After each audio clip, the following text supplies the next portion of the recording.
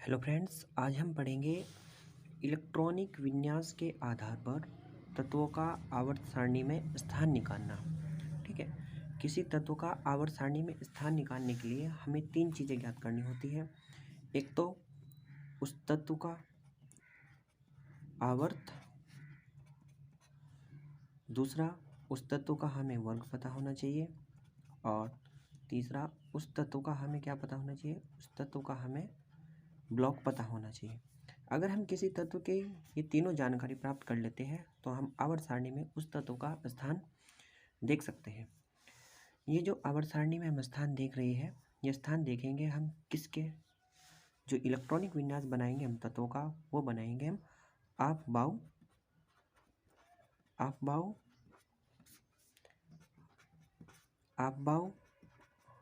नियम के अनुसार, या आप बाउ नियम के अनुसार, आप बाउ नियम के अनुसार बनाएंगे। देखिए, हम एक तत्व लेते हैं। सर्वप्रथम मैं तुमको एक पहला नंबर हम सोडियम का निकालते हैं। सोडियम का प्रतीक क्या होता है? सोडियम का प्रतीक होता है Na, और परमाणु क्रमांक कितना होता है इसका? परमाणु क्रमांक होता है इसका 11। इसका इलेक्ट्रॉनिक विन्यास बनाएंगे आप बाउ नियम से। ये हो जाएगा 1s2 2s2 2p6 और 3s1। जब हम इनको काउंट करेंगे तो ये कितना हो जाएगा? 2 2 4 और 6 कितना हो गया? 10 और 1 कितना हो गया? 11। तो 11 इलेक्ट्रॉन हमने इसमें डाल दिए। उसके बाद अब हमें क्या पता करना है? सोडियम का हमें आवर्त पता करना है। आवर्त पता करना है, हमें वर्ग पता करना है, और हमें इसका ब्लॉक पता करना है। आवर्त के लिए तुम्हें देखना है इसमें सबसे बड़ी कक्षा कौन सी है। सबसे बड़ी कक्षा हो गया, या सबसे बड़ी संख्या देख लो। इसमें सबसे बड़ी संख्या क्या आ रही है? इसमें 3। तो आवर्त कितना हो जाएगा इसका? आवर्त हो जाएगा इसका 3। और वर्ग के लिए, वर्ग देखने के लिए तुम्हें क्या करना है? यदि S1 में इलेक्ट्रॉन जा रहा है तो S1 के लिए वर्ग हो जाएगा कितना? 1। और यदि S2 है तो वर्ग हो जाएगा कितना इसका? वर्ग हो जाएगा इसका 2। तो अगर S1 में जा रहा है तो तुम देखो यहाँ पे अंतिम इलेक्ट्रॉन किस में है? 3s1 में है। तो 3s1 के लिए इसका वर्ग कितना हो जाएगा? वर्ग हो जाएगा इसका 1। और ब्लॉक के लिए अंतिम इलेक्ट्रॉन कौन से ऑर्बिटल में जा रहा है? s ऑर्बिटल में जा रहा है। तो ब्लॉक क्या हो जाएगा इसका? s block. ब्लॉक कितना हो जाएगा? ब्लॉक हो जाएगा इसका s ब्लॉक। दूसरे नंबर पे हम निकाल के देखते हैं।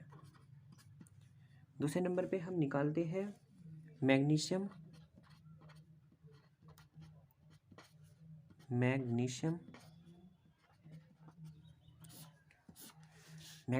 मैग्नीशियम को किससे रिप्रेजेंट करते हैं? मैग्नीशियम का यानी कि प्रतीक क्या होता है? Mg। परमाणु क्रमांक कितना होता है इसका? 12। तो इसके बनाएंगे तो ये हो जाएगा 1s2 2s2 और 2p6 और 3s2। ये हो गया। इसके लिए भी हम क्या करेंगे? सर्वप्रथम इसमें आवर्त देखते हैं। आवर्त के लिए क्या देखना है हमें? सबसे बड़ी संख्या कितनी है इसमें? 3। तो आवर्त क्या हो जाएगा इसका? आवर्त हो जाएगा 3। ठीक है। और ब्लॉक हो जाएगा इसमें। ब्लॉक अंतिम इलेक्ट्रॉन किस में जा रहा है? S में जा रहा है, तो ब्लॉक हो जाएगा इसका S। उसके बाद हमें इसमें क्या देखना है? इसमें देखना है हमें वर्ग यानी कि वर्ग। मैंने तुम्हें बताया था अगर S2 में जाता है, अगर S1 में जा रहा तो वर्ग 1 होगा। अगर S2 में जाता है तो वर्ग कितना हो जाएगा? वर्ग हो जाएगा 2। तो इसका वर्ग कितना हो जाएगा? वर्ग हो जाएगा 2।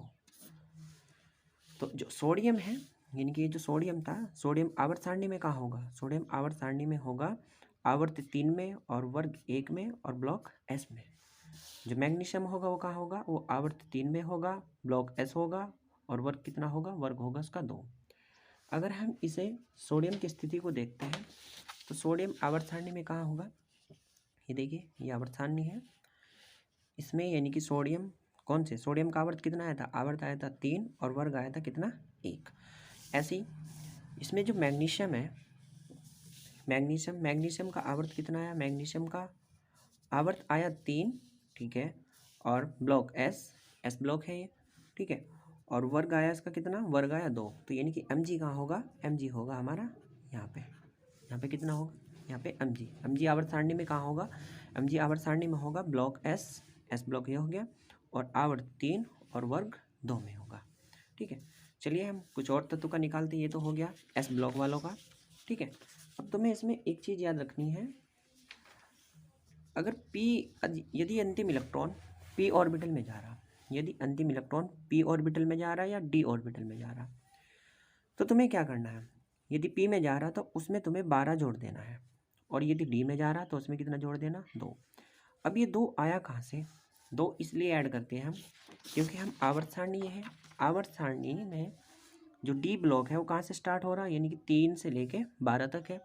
ठीक है, यानी कि 3 से पहले कितने वर्ग रह चुके, यानी कि 2 वर्ग रह चुके, इसलिए हम इसमें डी में कितना ऐड करते हैं, डी में हम 2 है वर्ग, यानी कि जो एलिमेंट किस में जाएगा, यानी कि डी में प्रवेश कर रहा, और उसका वर्ग निकालने के लिए हम क्या कर दें, यानी कि जितने इलेक्ट्रॉन होंगे उन इलेक्ट्रॉन में कितना ऐड कर देते हैं, 2 ऐड कर देते हैं। 2 किस लिए ऐड करते हैं, क्योंकि डी से पहले 2 वर्ग रह चुके हैं। और पी में, पी ब्लॉक के लिए कितना, पी ब्लॉक के लिए हम कितना ऐड करें, यहाँ पे 12। अभी देखो 12 कैसे, 3 से लेके 12 तक तो ये हो जाएगा कितना, 10 ये हो जाएगा, और ये हो जाएगा 1 और 1 2, तो ये कितने हो जाएगा, यानी कि यहाँ से लेके यहाँ तक कितने, इससे पहले 12 वर्ग रह चुके हैं, इसलिए हम इसमें यानी कि पी ब्लॉक वाले के लिए क्या करते हैं, इसमें 12 ऐड कर देते हैं। अब देखिए हम इलेक्ट्रॉनिक विन्यास निकालते हैं, इलेक्ट्रॉनिक विन्यास निकालेंगे हम, कोई ले लो इसमें, चलो देखते हैं हम इसमें क्लोरीन का निकालते हैं, क्लोरीन का हो जाएगा, क्लोरीन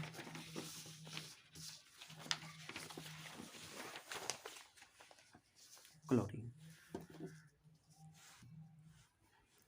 यानी कि क्लोरीन,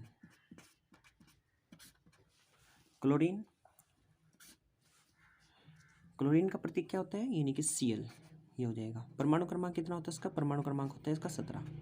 इलेक्ट्रॉनिक विन्यास बनाएंगे 1s2 2s2 2p6 3s2 और 3p5, ये हो गया। ये क्या है, ये क्लोरीन का इलेक्ट्रॉनिक विन्यास हमने बना लिया। अब हमें क्या करना है, इसका आवर्त सारणी में स्थान देखना। आवर्त सारणी में स्थान देखने के लिए तुम्हें क्या देखना है, इसमें सबसे पहले हम इसमें आवर्त देखते हैं, यानी कि 3 चीज़ों को चेक करते हैं, आवर्त चेक करते हैं, ब्लॉक चेक करते हैं और वर्ग चेक करते हैं। तो इसमें क्या करना है तुम्हें, सबसे बड़ी संख्या देख लो, यानी कि सबसे बड़ी कक्षा देख लो या संख्या देख लो, कितना है, वो 3 है। ब्लॉक के लिए अंतिम इलेक्ट्रॉन किस में जा रहा, पी में जा रहा, तो ब्लॉक हो जाएगा इसका क्या, पी।